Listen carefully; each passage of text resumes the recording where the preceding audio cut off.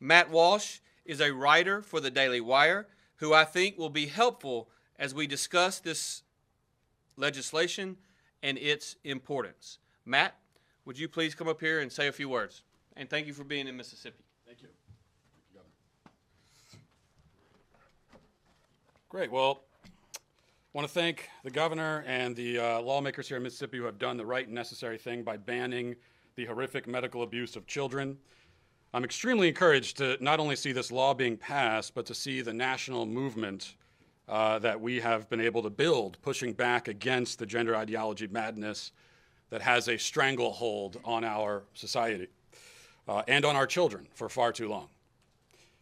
The reality is that this is not a difficult issue, as the governor's already covered. It's quite straightforward, in fact. If we lived in a sane society run by sane people, we would all be able to agree on this point. The question of whether it's ever okay to castrate and sterilize and mutilate a child would be answered in one loud and unified voice, saying without hesitation, not only no, but hell no.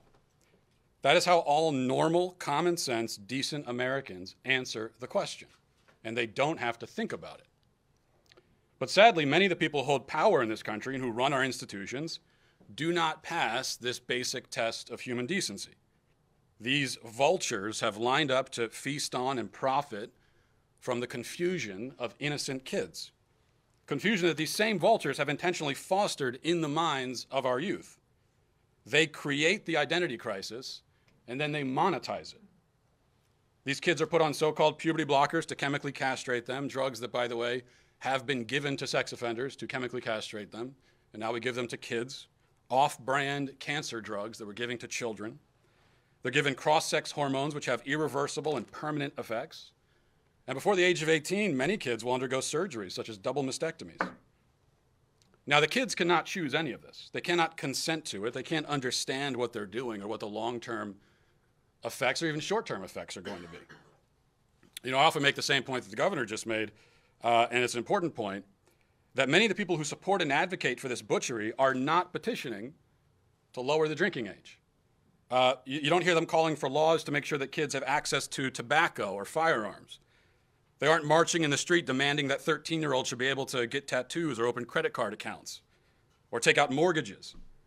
In all of these cases, they recognize that minors have neither the maturity nor the powers of discernment nor the psychological nor neurological formation required to make these sorts of choices. And yet these gender ideology advocates want us to believe that the child who can't be trusted with a can of beer or with a credit card should be trusted to permanently transition into a different gender. It's madness. It is incoherent. And all the more incoherent when you consider that nobody actually can transition into a different gender.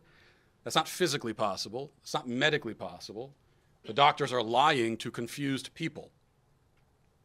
So the very fact that a child desires to do such a thing in the first place is proof in itself that she isn't thinking clearly and doesn't understand what she's saying or what she claims to want, which is not unusual for children. That's why they're children. We simply cannot allow this evil to continue. We cannot tolerate it. We who are decent and rational people, we who love our children, we who recognize basic truths. And one of the most basic truths is that children who are confused about their identity need guidance and love and clarity. They don't need hormone injections and scalpels. They need and deserve to be protected from the child-abusing quacks and soulless goblins who wish to exploit their confusion for their own financial gain. That's why we need this law. Our kids cannot protect themselves. They cannot protect themselves. We need to do it. That's our job as adults. And everybody who's remained silent on this issue is culpable in what is happening to our kids. Many members of the media who have not demonstrated the slightest bit of skepticism, as the medical establishment has just told us over the years, that it's life-saving care to castrate a child. And you have members, the majority of the media, that just goes along with that, doesn't ask one skeptical question about it, all culpable in this. That's why we need to protect our kids.